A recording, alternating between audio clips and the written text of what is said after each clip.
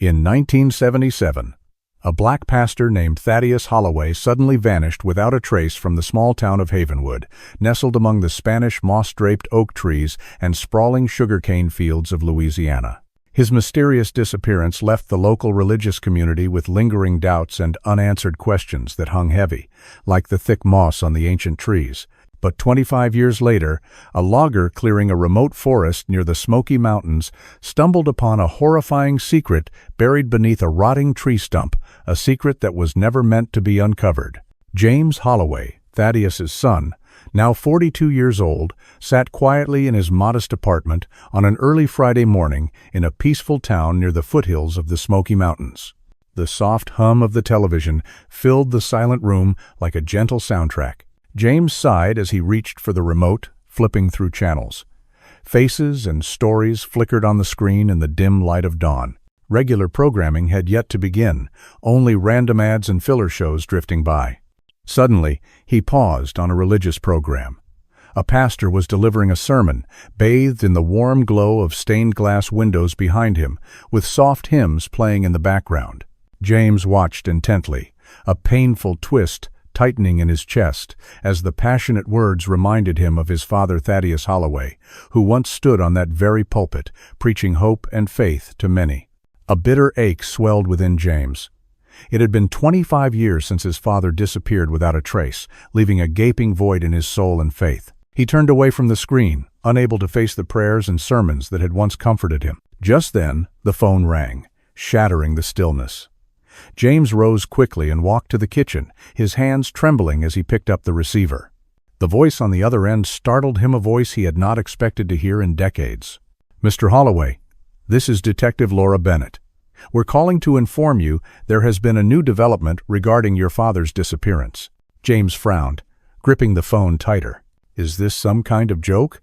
I don't have time to get involved in that old case anymore." Days turned into weeks. Weeks into months. The investigation went cold. Reverend Thaddeus Holloway became a local legend, a tragic mystery. For Isaac, the silence left by his father's absence became a chasm, swallowing his faith, his hope, and his youth. He eventually left Havenwood, carrying with him the heavy weight of unanswered questions and a bitterness that settled deep in his soul. The church, his father's church, became a place of pain, a reminder of all he had lost. The God his father had served so faithfully felt distant, uncaring, or perhaps non-existent. The vibrant faith that had once defined his childhood withered, replaced by a cynical pragmatism. The mystery of his father's disappearance was a wound that never truly healed, an open case file in the archives of his heart. And so, for 25 years, the Spanish moss continued to hang heavy in Havenwood, guarding its secrets well. The year was 2023. Isaac Holloway, now 41, sat in his sparsely furnished apartment in New Orleans, a city whose vibrant chaos was a world away from the quiet, suffocating secrets of Havenwood. The faint scent of stale coffee and disillusionment hung in the air. He was a historian, specializing in obscure Southern folklore, a profession that allowed him to delve into the pasts of others while steadfastly avoiding his own. The boy, who had lost his father, had grown into a man who kept the world at arm's length, his heart encased in a protective layer of cynicism. Faith was a foreign language he'd long forgotten. It was a sweltering Tuesday morning in August. The city outside was already buzzing, but Isaac's apartment was tomb quiet, save for the hum of a struggling air conditioner. He was sifting through digitized archives of old parish records, his brow furrowed in concentration, when his phone buzzed, an unfamiliar Havenwood area code flashing on the screen. He almost ignored it. Calls from Havenwood were rare, usually distant relatives with news of a passing or a wedding he had no intention of attending. But something, a flicker of an old instinct, made him answer.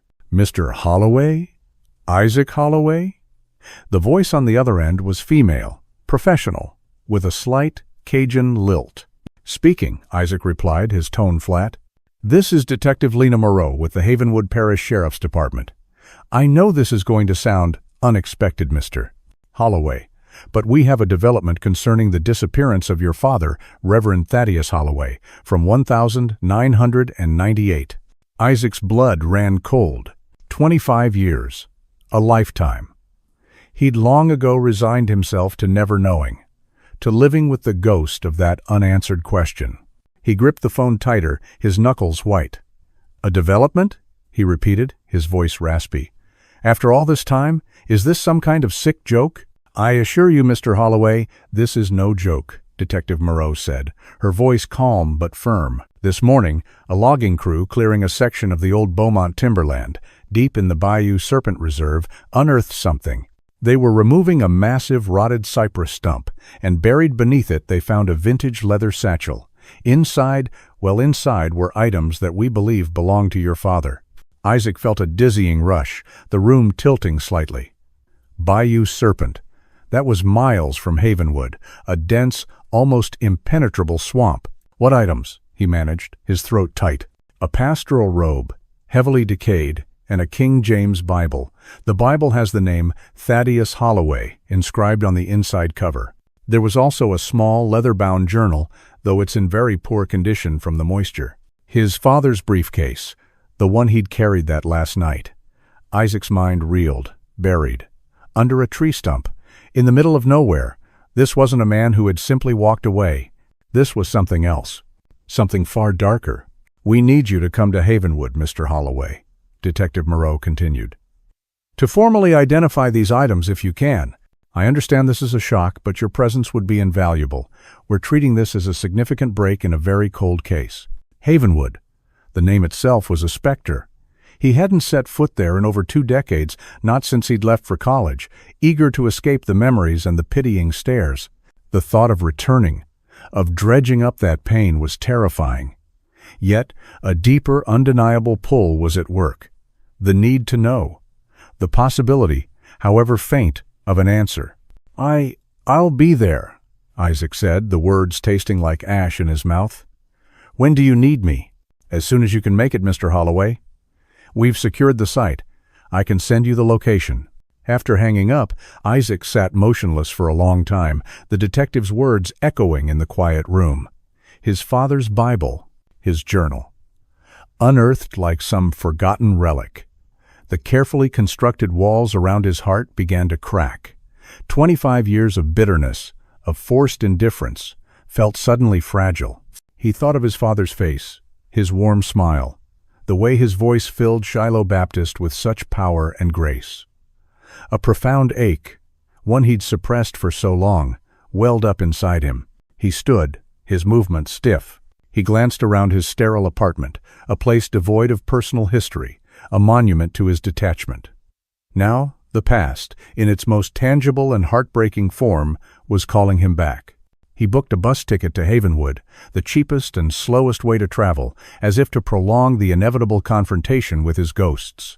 The journey was a blur of humid Louisiana landscapes, endless stretches of sugarcane fields, and murky bayous. With every mile, the weight of the past grew heavier. He replayed that last evening with his father, searching for a clue, a missed sign. He remembered the tension, the hushed arguments with Deacons Finch and Blackwood. Old suspicions, dormant for years, began to stir. When the bus finally pulled into the dusty, sun-baked station in Havenwood, the town looked smaller, sadder than he remembered. The Spanish moss still dripped from the oaks, the air still thick with unspoken things.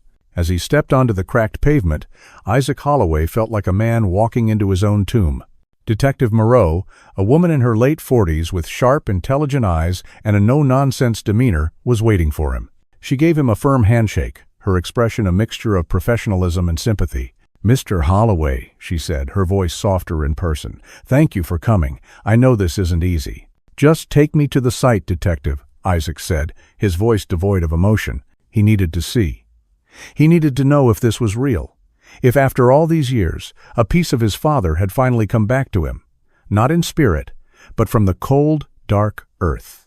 The drive to the Beaumont timberland was a descent into a landscape Isaac vaguely remembered from childhood fishing trips with his father, a world of towering cypress trees, their gnarled roots submerged in inky water, the air thick with the drone of cicadas and the scent of damp earth. Detective Moreau navigated the rutted dirt track with practiced ease, her silence a respectful acknowledgement of the gravity of their journey.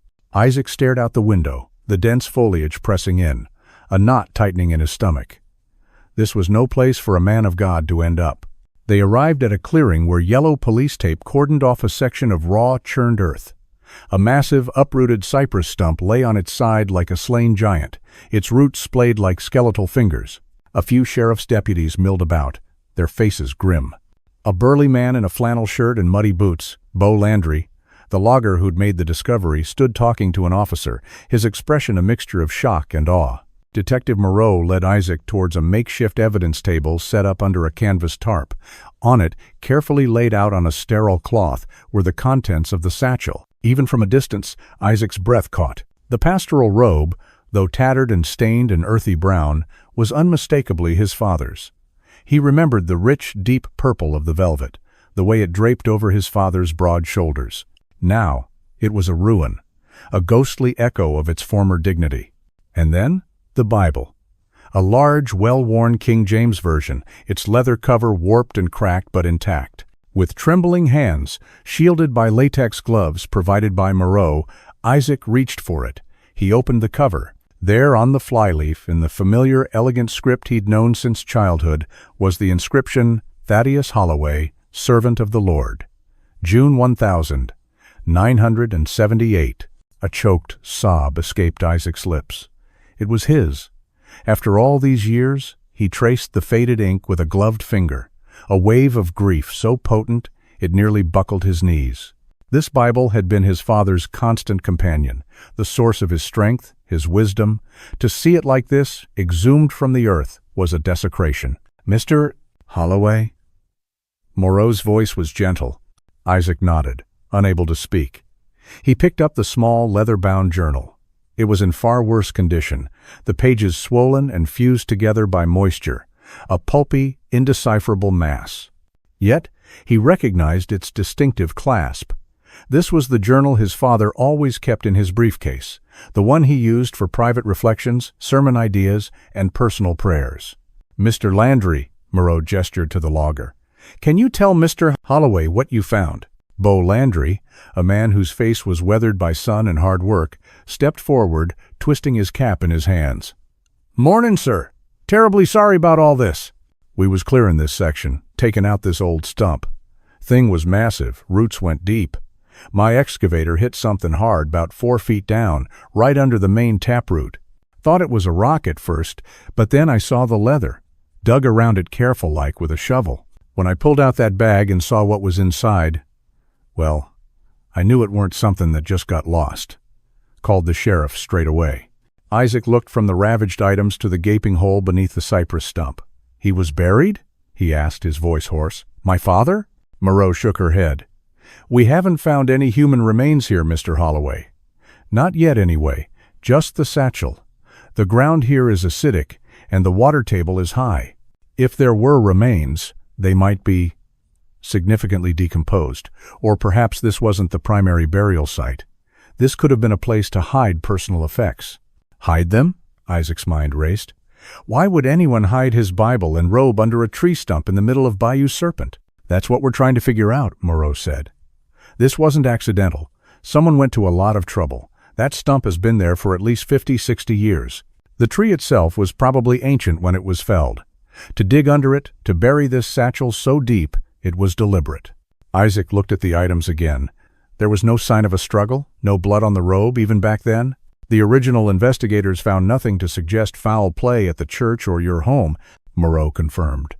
"The prevailing theory, as I understand it, was that he left voluntarily, or perhaps," she hesitated, "perhaps he took his own life." A surge of anger, hot and fierce, coursed through Isaac.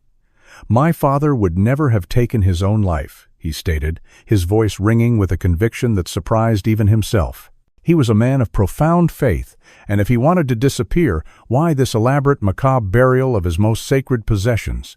It makes no sense."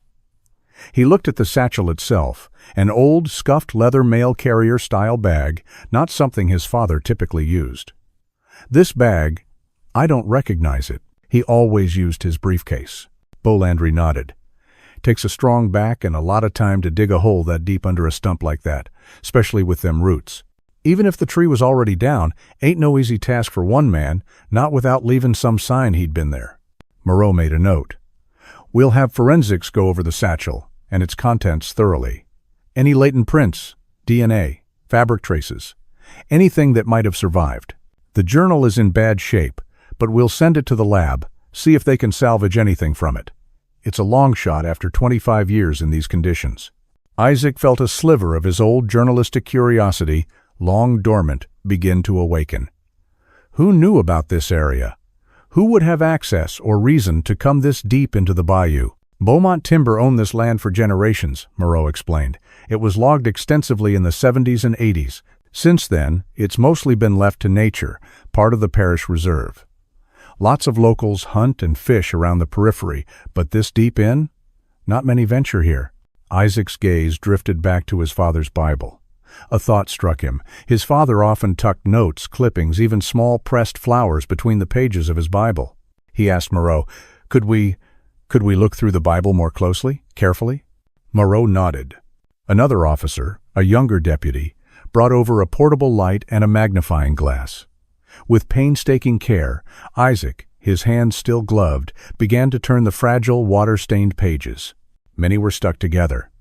But then, near the Book of Psalms, his father's favorite, a small, folded piece of paper, discolored but legible, fell out. It was a handwritten note, in his father's distinct script. Not a sermon outline, but a prayer filled with anguish. Lord, my heart is heavy. The deceit runs deeper than I feared. How can those entrusted with your flock betray that sacred trust?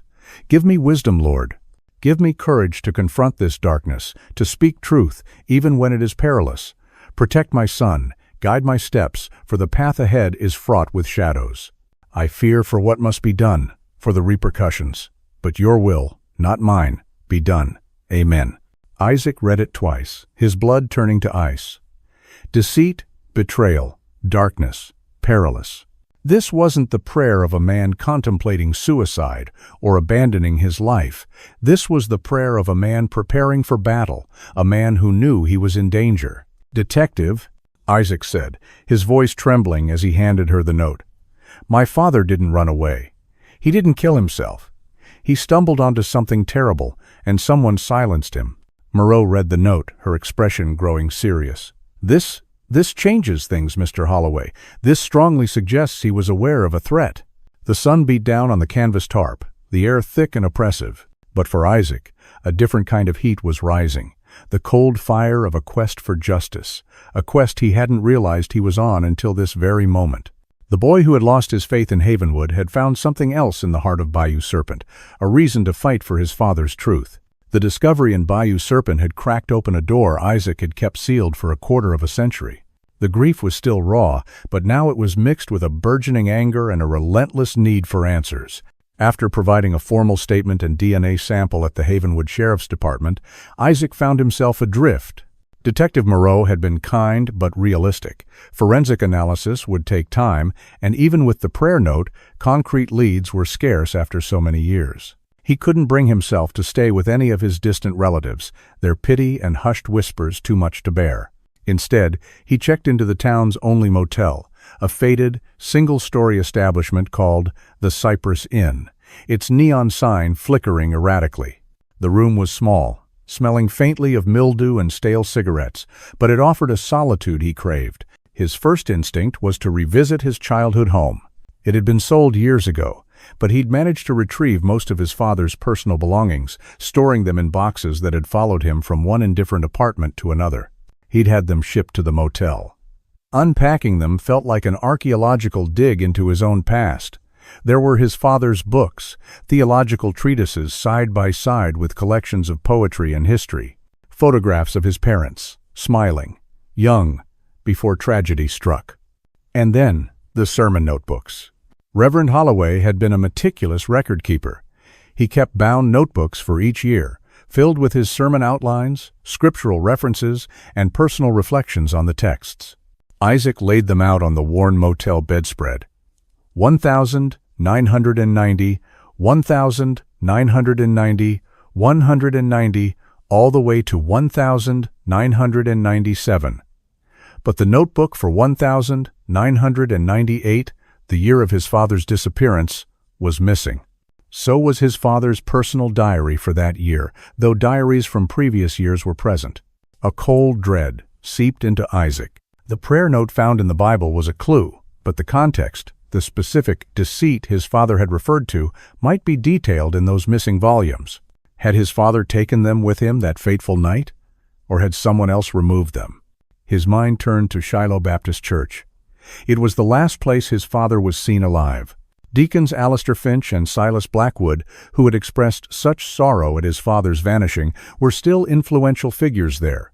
Finch now the senior pastor, Blackwood his right-hand man. Isaac remembered their hushed, intense conversations with his father in the weeks before he disappeared. The prayer note spoke of betrayal by those entrusted with your flock. Despite the wave of revulsion he felt at the thought of stepping back into that church, Isaac knew he had to. The next morning, a Sunday, he found himself standing before Shiloh Baptist. It looked much the same, perhaps a little more weathered, the white paint peeling in places. The sound of hymns, achingly familiar, drifted out through the open windows. He hesitated, the old pain, the sense of abandonment, washing over him. But the image of his father's desecrated Bible and the anguish in that final prayer pushed him forward. He slipped into a back pew just as the service was ending. The church was moderately full, a mix of older faces he vaguely recognized and younger ones he didn't. On the pulpit, where his father once stood with such commanding grace, was Alistair Finch. Finch was older now, his hair white, his movements slower, but his voice still carried that smooth, pious tone Isaac remembered. Silas Blackwood sat beside him, looking prosperous and self-assured, nodding along to Finch's benediction. When the service concluded, Isaac approached them. "Pastor Finch? Deacon Blackwood?" They turned, polite smiles fixed on their faces, which faltered slightly as recognition dawned. "Isaac? Isaac Holloway? My goodness, son, is that really you?" Finch exclaimed, his voice a little too loud, his eyes darting nervously towards Blackwood. "It's been... heavens! How long has it been?" 25 years, Isaac said, his voice even. Blackwood stepped forward, hand outstretched, his smile more practiced. "Isaac, welcome home. We heard about the discovery out in the bayou.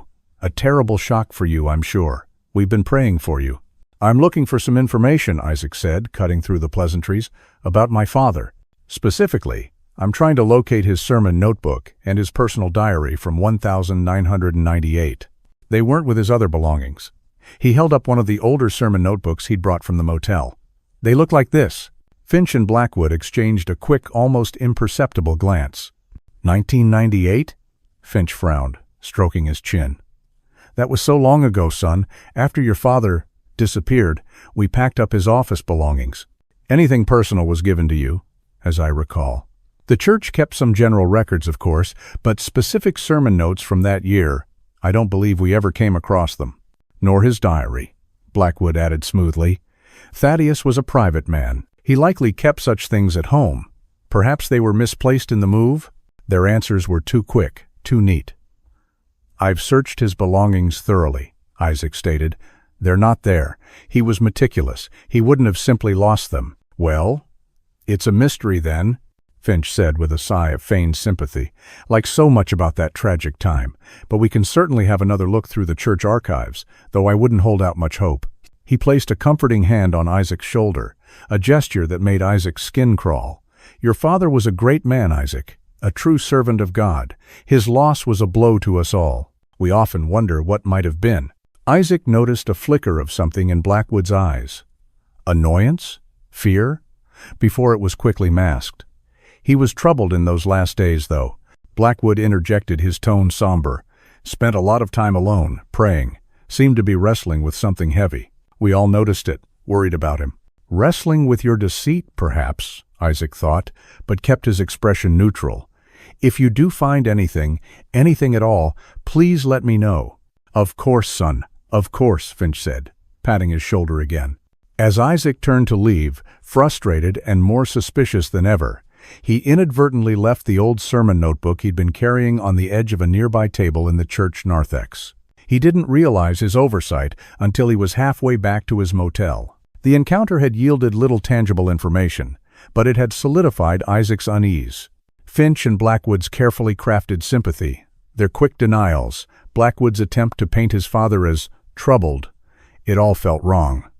They knew more than they were letting on. The missing notebooks were crucial. His father's prayer note was a cry from the heart. Those missing volumes could be the roadmap to the darkness he'd intended to confront. Isaac knew with a certainty that chilled him to the bone that his father's disappearance was no simple vanishing act. It was a murder, and the key to unlocking it lay hidden somewhere within the hallowed, or perhaps unhallowed, walls of Shiloh Baptist Church. The oppressive Louisiana heat seemed to mirror the weight in Isaac's soul. His conversation with Finch and Blackwood had left a bitter taste, their practiced platitudes ringing hollow against the stark reality of his father's unearthed Bible and anguished prayer. He felt stalled. The missing 1,998 notebooks, a gaping hole in his understanding. Restless and haunted, Isaac found himself driving towards the old Havenwood Cemetery later that afternoon. It was a sprawling, somber place, shaded by ancient, moss-draped oaks. His mother, Sarah Holloway, was buried there, taken by illness when Isaac was just 10. He hadn't visited her grave in 25 years. The thought was a fresh stab of guilt. He found her simple headstone, Sarah Holloway, beloved wife and mother. The inscription faded but legible. He sank onto the parched grass beside it, the silence of the cemetery broken only by the chirping of crickets and the distant hum of traffic. "Hi, Mom," he whispered, the words feeling foreign and rusty. It's been a long time. He found himself talking to her, pouring out the confusion, the anger, the rekindled grief.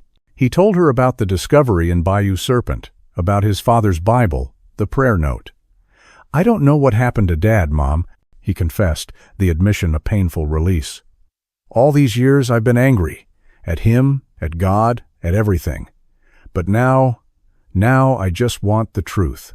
As he sat there, lost in his sorrow, a faint sound reached him, the sound of quiet sobbing. He looked up, his own grief momentarily forgotten. A few rows over, huddled against the trunk of a large magnolia tree, was a small boy, no more than 8 or 9, his shoulders shaking. Isaac approached cautiously. "Hey there," he said gently. "Are you okay?" The boy looked up, his face streaked with tears, his eyes wide and fearful. He was small for his age, with a thatch of unruly black hair and clothes that looked a little too big for him. "What's your name?" Isaac asked, his voice soft. The boy sniffled. "Sammy, Samuel Dubois." "Where are your parents, Sammy?"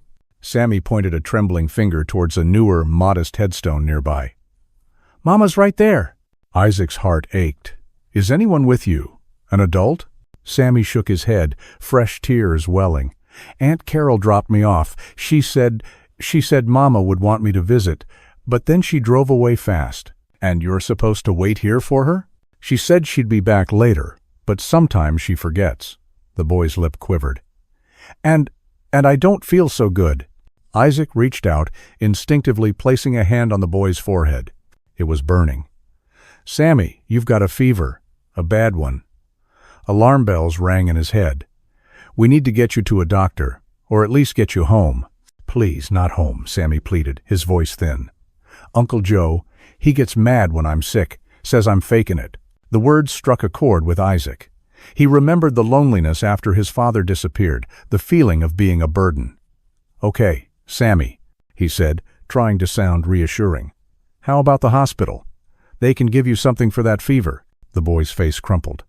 "Hospitals are scary. When Mama was alive, when I got sick, she'd go to Shiloh Church. Pastor Holloway. No, the new pastors. They'd give her the special bread and juice to take home. The communion. She'd give it to me and pray, and I'd get better." Communion. Isaac's breath hitched. He remembered helping his father prepare the take-home communion sets for sick or shut-in members of the congregation. The small vials of grape juice, the tiny squares of bread. A ritual of faith and comfort he hadn't thought about in decades. "I know about that, Sammy," Isaac said, a sudden, unexpected idea forming. "My father, he used to be the pastor at Shiloh." Sammy's eyes widened slightly. "Really?" "Really." Isaac made a decision. "All right, here's the deal. If you let me take you to the hospital to get that fever checked out, I promise I will go to Shiloh Church, get that take-home communion, and bring it to you at the hospital. We can take it together. How does that sound?" A flicker of hope appeared in Sammy's fever-bright eyes. He hesitated, then nodded slowly. "You promise?" "I promise." As they walked towards Isaac's rental car, a thought, sharp and unwelcome, jabbed at him. The sermon notebook. The one from 1995 he'd brought to show Finch in Blackwood. He'd left it on the table in the narthex. "Damn it," he muttered under his breath. "I left my father's book at the church. He'd have to go back for it." He drove Sammy to the Havenwood Parish Hospital, a small, somewhat outdated facility. He explained the situation to the emergency room staff, giving them what little information he had about Sammy's aunt. Before a nurse led Sammy away, the boy looked back at Isaac, his small face anxious. "You won't forget about the Munion?" "I won't forget, Sammy. I'll be back soon." After filling out paperwork and assuring the hospital he'd cover the initial costs, Isaac stepped back out into the oppressive afternoon heat. His mind was a whirl. His father's missing 1998 notebook, the evasiveness of Finch and Blackwood, and now this sick little boy and a promise made in a graveyard. He needed to retrieve his father's old notebook from Shiloh, and now he had another, more pressing reason to return, to get communion for Sammy. It felt strange, almost surreal, to be seeking out a sacrament he'd long abandoned for a child he'd just met. Yet the promise felt binding. As he drove toward Shiloh Baptist, the image of Sammy's trusting, feverish face superimposed itself over the grim thoughts of his father's fate. An unlikely messenger, this small, sick boy, was drawing him back to the very place he'd tried so hard to escape, a place that might hold not only the keys to his father's murder, but also, unexpectedly, a flicker of something he thought had died within him long ago. The path to truth, it seemed, was often winding and unpredictable. The late afternoon sun cast long, distorted shadows as Isaac pulled up to Shiloh Baptist Church for the second time that day. The building was quiet now, the earlier bustle of the Sunday service replaced by an almost unnerving stillness. He felt a prickle of unease, the same feeling he'd had as a teenager when he sensed the unspoken tension swirling around his father. He pushed open the heavy oak doors. The sanctuary was dim, light filtering weakly through the stained glass windows, painting abstract patterns on the polished wooden pews. His father's old sermon notebook, the one from 1995, was still on the small table in the narthex where he'd left it. Relief washed over him as he picked it up, its familiar weight, a small comfort. He then sought out someone to help with the communion for Sammy. He found a young church usher, a man in his early 20s he didn't recognize, tidying up in the main hall. "Excuse me," Isaac said. "I was here earlier, spoke with Pastor Finch and Deacon Blackwood. I'm Isaac Holloway." The young man's eyes widened slightly in recognition. "Oh, yes, sir, Mr. Holloway. Pastor Finch mentioned you might be back. Can I help you?" "I need a take-home communion set," Isaac explained, "for a sick boy at the hospital I promised him." "Of course, sir," the usher said readily. "I can fetch that for you from the sacristy. Just wait here." As the usher disappeared towards the back, Isaac's gaze wandered around the narthex. His eyes fell upon a tall, glass-fronted bookcase filled with theological texts, church histories, and bound volumes of denominational reports. It was a bookcase his father had often browsed. On an impulse, he scanned the shelves. Most of the books were old, dusty, but one, on the very top shelf, looked slightly out of place, as if it had been recently handled and not quite pushed back properly. It was teetering precariously. "I should fix that," he murmured, more to himself than anyone. He was tall, and by stretching, he could just reach it. As his fingers brushed the spine, the book, heavier than he anticipated, slipped from his grasp and thudded to the floor, pages splaying open. "Sorry," Isaac muttered, bending to retrieve it. The title read, "Church Financial Management and Stewardship, a Guide for Ethical Leadership." As he picked it up, something caught his eye. The margins. They were filled with annotations, underlined passages, question marks, and the handwriting, it was undeniably his father's. His heart began to hammer against his ribs. The young usher returned, holding a small cloth-covered communion kit. "Here you are, Mr. Holloway." "Thank you," Isaac said, his voice tight. He gestured to the fallen book. "This one. It seems to have my father's notes in it. Is it all right if I borrow it? I'll return it promptly." The usher looked uncertain. "Well, it's church property, sir, but seeing as it was your father's, I suppose Pastor Finch wouldn't mind. Just sign it out in the library log." After scribbling his name in a dusty ledger, Isaac clutched the finance book and the communion kit. He thanked the usher again and turned to leave. As he did, he glanced through a side window that overlooked the church cemetery. In the fading light, he saw two figures moving among the tombstones, Pastor Finch and Deacon Blackwood. They were near the older section of the cemetery, and Blackwood appeared to be holding a shovel. Finch was gesturing animatedly. What on earth were they doing in the cemetery at this hour, with a shovel? A cold wave of suspicion, stronger than before, washed over Isaac. He quickly exited the church, his mind racing. He got into his car, but instead of driving to the hospital immediately, he parked across the street, partially concealed by a large oak, and watched. He opened the finance book. His father's distinctive, forceful script filled the margins. Passages on transparency, accountability for church funds, and the sacred trust of leadership were heavily underlined. One section, dealing with the discovery and handling of financial impropriety within a Christian framework, with grace but with firmness, was marked with multiple exclamation points. Then, Isaac saw it. On a page discussing procedures for investigating suspected embezzlement, two names had been written in pencil, circled, with large question marks beside them. The names were faint, as if someone had tried to erase them, but his father's heavy hand with a pencil always left indentations. Tilting the page to catch the light, Isaac could just make them out. Alistair F., Silas B. Beneath the names, a barely legible, partially erased scrawl. Discrepancies mounting. Confrontation necessary. Praying for wisdom. Isaac's blood ran cold. This was it. This was the deceit his father had written about in his prayer. His father had suspected Finch and Blackwood of embezzling church funds. He was planning to confront them. His gaze snapped back to the cemetery. Finch and Blackwood were still there, their movements furtive in the twilight. Blackwood was now actively digging, while Finch stood watch, occasionally glancing around. Suddenly, Blackwood stopped, straightened up, and seemed to load something into a heavy-duty contractor bag Finch was holding. Then, the two men spoke intently, heads close together. Their body language was tense, hurried. A few minutes later, Deacon Blackwood emerged from the cemetery alone, carrying the shovel and the now bulging contractor bag.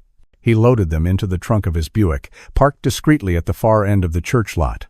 He got in and drove off, not towards his home, but in the direction of the highway that led out of town, towards the Bayou Serpent Reserve and the mountains beyond. Pastor Finch, meanwhile, hurried back into the church through a rear entrance. Isaac's heart pounded. What was in that bag? What had they been digging up? And why was Blackwood heading out of town with it, towards the very area where his father's satchel had been found? He thought of Sammy waiting at the hospital, the promise, but this felt urgent, critical. He had to know what Blackwood was doing. Making a split-second decision, Isaac started his engine. He pulled out, keeping a safe distance, and began to follow Deacon Silas Blackwood's car as it sped away from Havenwood, deeper into the encroaching darkness. The communion kit and the damning finance book lay on the passenger seat beside him, silent witnesses to a truth that was rapidly, terrifyingly, coming into focus. The Louisiana sky bled from bruised purple to inky black as Isaac tailed Deacon Blackwood's Buick. The highway gave way to a narrower parish road, then to an even less maintained track that snaked towards the dense wilderness of the Bayou Serpent Reserve. Blackwood was driving fast, recklessly, as if pursued by demons, or perhaps, Isaac thought grimly, trying to outrun justice. Isaac kept his headlights dimmed, maintaining a cautious distance, his knuckles white on the steering wheel. His phone lay on the dashboard, Detective Moreau's number already keyed in. He hadn't called yet, unsure what he'd even say. "I'm following a church deacon who was digging in a cemetery and is now speeding towards a swamp with a suspicious bag." It sounded insane. He glanced at the finance book on the seat beside him, his father's damning annotations, a stark reminder of the stakes. Alistair F., Silas B., the erased names, the notes about confrontation. His father had known. He had been about to expose them, and they had silenced him. The pieces were falling into place with horrifying clarity. The road climbed slightly, heading towards a series of bluffs that overlooked the vast, dark expanse of the bayou. Isaac recognized the area. Cypress Bend Overlook, a remote, somewhat notorious spot, beautiful by day, treacherous by night, with a sheer drop to the murky waters below. Why was Blackwood heading here? As if on cue, Blackwood's brake lights flared. The Buick swerved into the small gravel parking area of the overlook. Isaac quickly doused his lights and pulled over about 100 yards back, partially concealed by a thicket of trees. He watched as Blackwood got out, a flashlight beam cutting through the darkness. The deacon went to his trunk, retrieved the heavy contractor bag and the shovel. Then, he headed towards the wooden railing at the edge of the overlook, disappearing down a narrow, rickety set of stairs that led to a lower viewing platform, perilously close to the cliff edge. Isaac's blood ran cold. There was only one reason to bring a heavy bag and a shovel to a place like this at night: disposal. Blackwood was going to throw whatever was in that bag, whatever they had dug up from the church cemetery, into the abyss. He grabbed his phone. "Detective Moreau, it's Isaac Holloway." "Mr. Holloway, is everything all right?" Her voice was sharp, alert. "I'm at Cypress Bend Overlook," Isaac said, his voice low and urgent. "I followed Deacon Silas Blackwood here from Shiloh Church. He and Pastor Finch were digging in the church cemetery. Blackwood has a shovel and a large, heavy bag. He's heading down to the lower platform. I think he's going to dispose of it over the cliff." There was a brief silence. "Mr. Holloway, do not engage him. I'm dispatching units immediately. Stay in your car. Repeat, do not approach him." But Isaac couldn't wait. The thought of evidence, perhaps even his father's remains, if that's what they had exhumed, being lost forever was unbearable. He had to stall him. Ignoring Moreau's command, Isaac grabbed the heavy finance book, the only weapon he had, and a small flashlight from his glove compartment. He slipped out of his car, moving as quietly as possible towards the stairs. The wooden steps creaked ominously under his weight as he descended. He could see Blackwood's flashlight beam below, the deacon wrestling with the heavy bag near the platform's edge. "Deacon Blackwood," Isaac called out, his voice surprisingly steady. Blackwood spun around, momentarily blinded by his own flashlight reflecting off Isaac's. When he shielded his eyes, his face, illuminated in the stark beam of Isaac's light, was a mask of shock and fury. "Holloway, what in God's name are you doing here? Have you been following me?" he snarled, his veneer of piety stripped away, revealing something raw and dangerous beneath. "I saw you leaving the church, Deacon," Isaac said, stepping onto the platform, keeping a cautious distance. The finance book felt heavy in his hand. "Saw you at the cemetery. What's in the bag, Deacon? What were you digging up?" Blackwood didn't answer, his chest heaving. The wind howled around the platform, the distant sound of the river below a menacing whisper. "You know, don't you?" Blackwood finally said, his voice a low growl. "You found that damned finance book. Finch said you took it." "My father knew," Isaac said, his voice laced with cold anger. "He knew you and Finch were stealing from the church. He was going to expose you." A flicker of panic crossed Blackwood's face, quickly replaced by a sneer. "Your father was a meddling fool. He should have kept his nose out of things that didn't concern him." The wail of approaching sirens cut through the night air, growing louder by the second. Blackwood's eyes widened in terror. "You called the police?" he hissed. In his shock, the contractor bag slipped from his grasp, landing with a sickening thud on the wooden platform. The impact was heavier, more solid than just soil or animal bones would have made. The top of the bag gaped open slightly. Seizing the moment, Isaac lunged forward, not at Blackwood, but at the bag. He ripped it open. His breath caught in his throat. Inside, mixed with clumps of damp earth, were not only bone fragments, unmistakably human, including part of a skull, but also two water-damaged, mud-caked, leather-bound notebooks. Even in the dim light, their size and shape were sickeningly familiar. His father's sermon notebook and personal diary from 1998, the missing pieces. "You buried these with him?" Isaac choked out, horrified, staring at the grim contents. "You dug up my father's remains, and you were going to throw them away like garbage?" The flashing red and blue lights of police cars illuminated the scene from the parking area above. "Sheriff's Department, stay where you are," Detective Moreau's voice boomed through a loudspeaker. Blackwood looked wildly from Isaac to the approaching officers, his face a mask of desperation. With a sudden, desperate cry, he scrambled over the flimsy safety railing, teetering on the precipice. "No!" Isaac yelled, dropping the notebooks and lunging for him. "Don't do it! Better this than prison!" Blackwood shrieked, leaning out into the black void. Isaac grabbed for his arm, his fingers brushing fabric but missing. Just as Blackwood launched himself into the abyss, two deputies who had raced down the stairs tackled him, dragging him back over the railing despite his frantic struggles.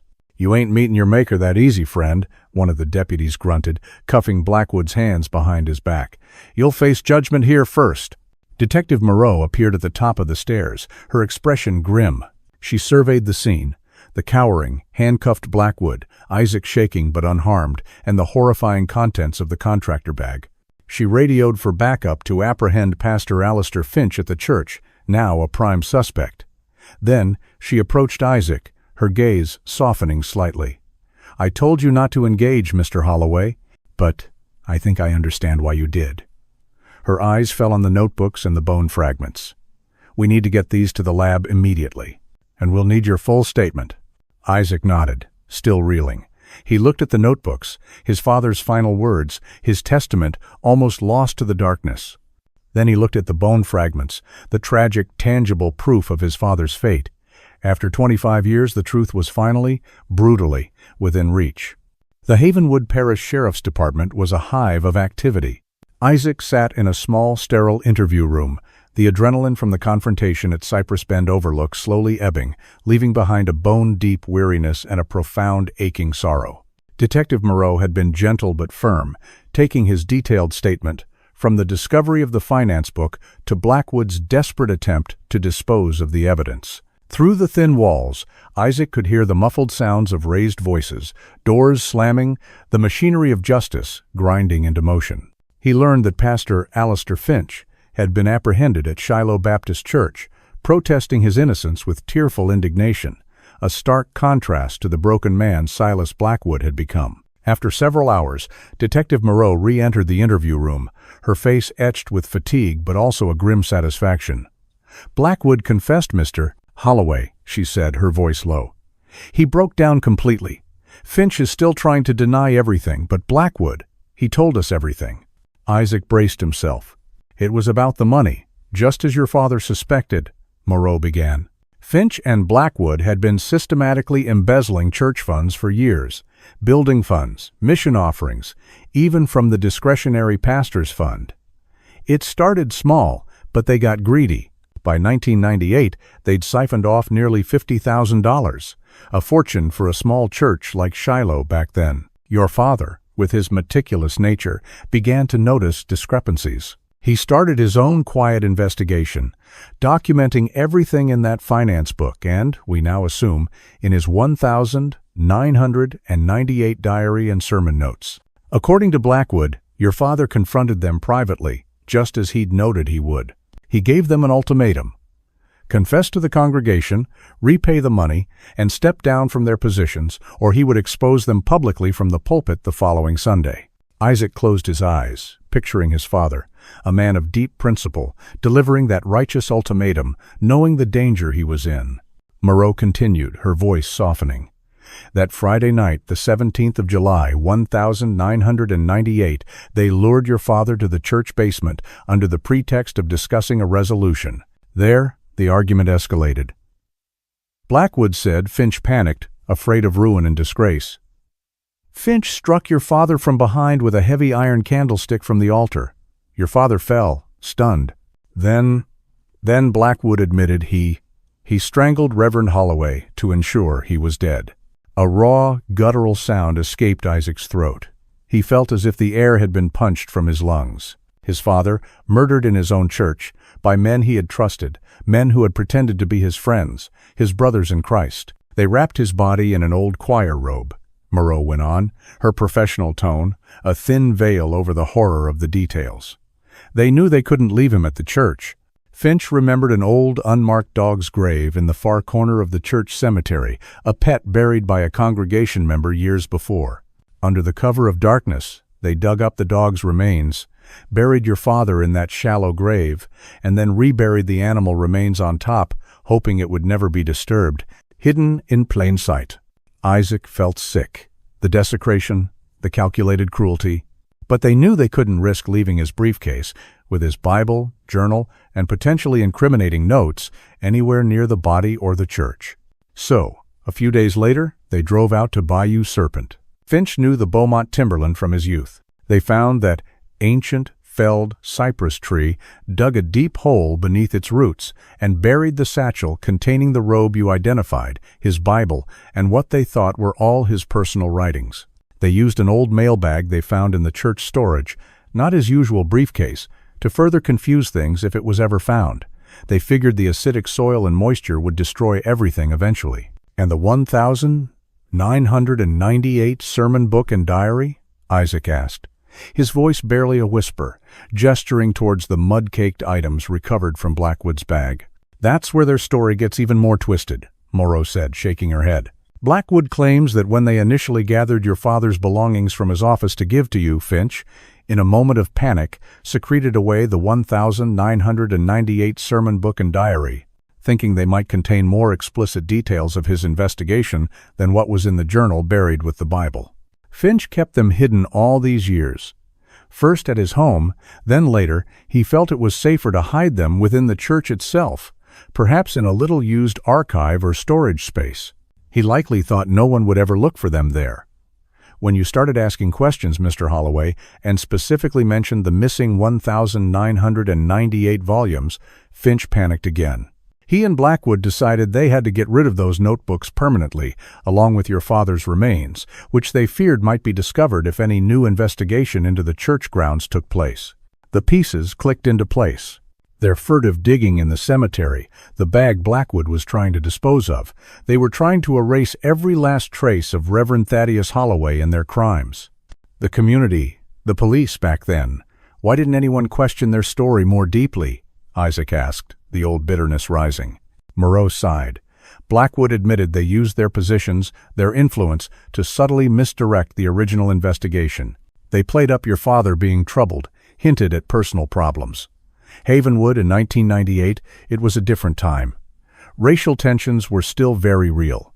The sheriff's department then wasn't as thorough, especially when the victims were black and the prevailing narrative was, he just left. After a while, the case went cold. It became a local tragedy, a whispered rumor. She paused, then looked at Isaac with a deep empathy. The way all this unraveled, Mr. Holloway. Your return to Havenwood, encountering young Sammy, your promise leading you back to the church at just the right moment to see that finance book, then witnessing Finch and Blackwood in the cemetery, it's almost providential. Isaac stared at the evidence laid out on a nearby table, his father's Bible, the finance book with its damning annotations, and now the recovered 1,998 sermon book and diary, caked in grave dirt but holding the final testament of a righteous man. The bone fragments, small and stark, lay in an evidence bag, a poignant testament to a life brutally stolen. Forensic technicians were already carefully working on the recovered diary. Despite the severe damage from its years buried with his father's remains, they'd managed to separate a few fragile pages. An officer brought one over, protected in a plastic sleeve. Faded, water-stained, but his father's handwriting was still discernible. The 12th of October, 1,998. The evidence is undeniable now. Over $48,000 missing. Confronted AF and SB together this evening. Denials, then anger, then fear. They begged for mercy, for time. I have given them until Sunday to make it right before God and the congregation. Lord, I fear what they might do. They are desperate men. But I cannot stand by and allow this sacrilege to continue. Your church must be cleansed. Give me strength. It was dated just 5 days before he disappeared. It's a miracle any of this survived, the technician murmured. Justice, after 25 years, was finally dawning. His father's name would be cleared of any suspicion of abandonment or suicide. The men who had murdered him, who had desecrated his memory and his ministry, would pay for their crimes. But as Isaac looked at his father's last brave words, the victory felt hollow, overshadowed by the immense weight of the loss. The years stolen, the faith shattered. The road ahead was still long. The sun was beginning to paint the Louisiana sky with hues of pink and orange when Isaac finally left the sheriff's department. The confession of Silas Blackwood and the mounting evidence against Alistair Finch meant that the legal battle would be arduous, but the truth, at last, was out. His father hadn't abandoned him, he'd been murdered for his integrity. His first thought was of Sammy Dubois, the sick little boy in the hospital, and the promise he'd made. The communion kit, a surreal counterpoint to the grim finance book, was still on the passenger seat of his rental car. Exhaustion warred with a sense of obligation. He drove to the Havenwood Parish Hospital. Visiting hours were technically over, but the night nurse, a kind-faced woman named Mrs. Henderson, listened to his story. A heavily edited version, of course, and recognized the name Holloway. Reverend Holloway. My family used to attend Shiloh when I was a girl. He was a good man. Go on in, son. The boy's been asking for you. Sammy was asleep, his small face pale against the white pillow, but his breathing was less labored. His Aunt Carol, looking tired and anxious, sat in a chair beside the bed. She looked up as Isaac entered, her expression wary. "Mr. Holloway," she said, her voice hushed. "Sammy told me what you did. Thank you for bringing him here. His fever's down some." Isaac introduced himself properly. The name Holloway clearly resonated. "Like the pastor who disappeared all those years ago?" she asked. Isaac nodded. "He was my father." Just then, Sammy stirred, his eyes fluttering open. He saw Isaac, and a small smile touched his lips. "You came back," he whispered, his voice stronger. Did you bring the communion?" Isaac sat on the edge of the bed. "I did, Sammy. I promised, didn't I?" Aunt Carol looked skeptical. "There's no pastor here to do it right." Isaac met her gaze. "I'm not a pastor, ma'am, and I'm far from a perfect man. But I believe God is present, even here, and a promise is a promise." Her expression softened. She nodded slowly. With a reverence that surprised himself, Isaac opened the communion kit. He placed the small vial of grape juice and the wafer of bread on the rolling bedside table. He didn't know all the formal words, the liturgical phrases, but he remembered the heart of it, the words his father had spoken countless times, words of remembrance, of sacrifice, of love. He spoke them softly, breaking the bread, offering a piece to Sammy, then to Aunt Carol, then taking a piece himself. He poured the juice into the tiny cups. As they partook in that simple, sacred ritual in the quiet of the hospital room, something shifted within Isaac. A warmth spread through his chest, a feeling he hadn't experienced in 25 years. It wasn't the fiery, certain faith of his youth, nor the unshakable conviction of his father. It was something quieter, more fragile, like a new seedling pushing through hard earth. A sense of peace. After they finished, Sammy looked up at him, his eyes clear. "Will I see you again, Mr. Holloway?" Isaac smiled, a genuine smile that reached his eyes. "I think so, Sammy. I have a feeling I'll be in Havenwood for a while, and Shiloh Baptist, it's going to need some healing. Maybe we can all help with that." Sammy reached out a small hand and grasped Isaac's. "You're a good man, Mr. Holloway, like your daddy must have been." The simple words, from the mouth of a child, struck Isaac more profoundly than any sermon. Later that night, as he drove away from the hospital, Isaac found himself looking up at the star-dusted Louisiana sky. For the first time in decades, a prayer formed on his lips, not of anger or demand, but of gratitude. Gratitude for the truth, however painful. Gratitude for the unexpected connection with a sick child. Gratitude for a flicker of light in the long darkness. He thought of the incredible, improbable chain of events, the logger's discovery, his reluctant return, the forgotten notebook, the encounter with Sammy, the finance book falling from the shelf, his impulsive decision to follow Blackwood. Detective Moreau had called it providential. Perhaps she was right. Perhaps the God his father had served so faithfully hadn't abandoned him, or his son after all. The road ahead would be difficult. There would be a trial, the painful dredging up of old wounds for the community. He would need to arrange a proper burial for his father, a memorial service that would truly honor the man he was, not the mystery he had become. He would need to read his father's final sermon notes, his last diary entries, to fully understand the courage and conviction that had led to his martyrdom. He would also need to reconnect with the congregation at Shiloh, many of whom had likely never known the full truth. The church, his father's church, had been defiled by greed and murder. It would need cleansing, rebuilding, not just of its finances, but of its spirit. And Isaac Holloway? He was no longer the cynical, detached historian. He was a son who had found his father's truth, and in doing so, had begun to find himself. The bitterness that had encased his heart for so long was beginning to dissolve. He might even, he thought with a sense of quiet wonder, find his own way back to faith, not in spite of his father's tragedy, but because of the enduring legacy of integrity, courage, and love his father had left behind. As he pulled into the parking lot of the Cypress Inn, Isaac looked up at the night sky again. "Thank you, Dad," he whispered, "and thank you for not giving up on me, even when I gave up on you." After 25 years of anger and doubt, Isaac Holloway had finally found a measure of peace. His father was gone, but his spirit and the truth of his life and death had finally come home. Justice would be served. And remarkably, in the heart of a grieving son, faith, like the resilient Louisiana cypress, was beginning to grow again.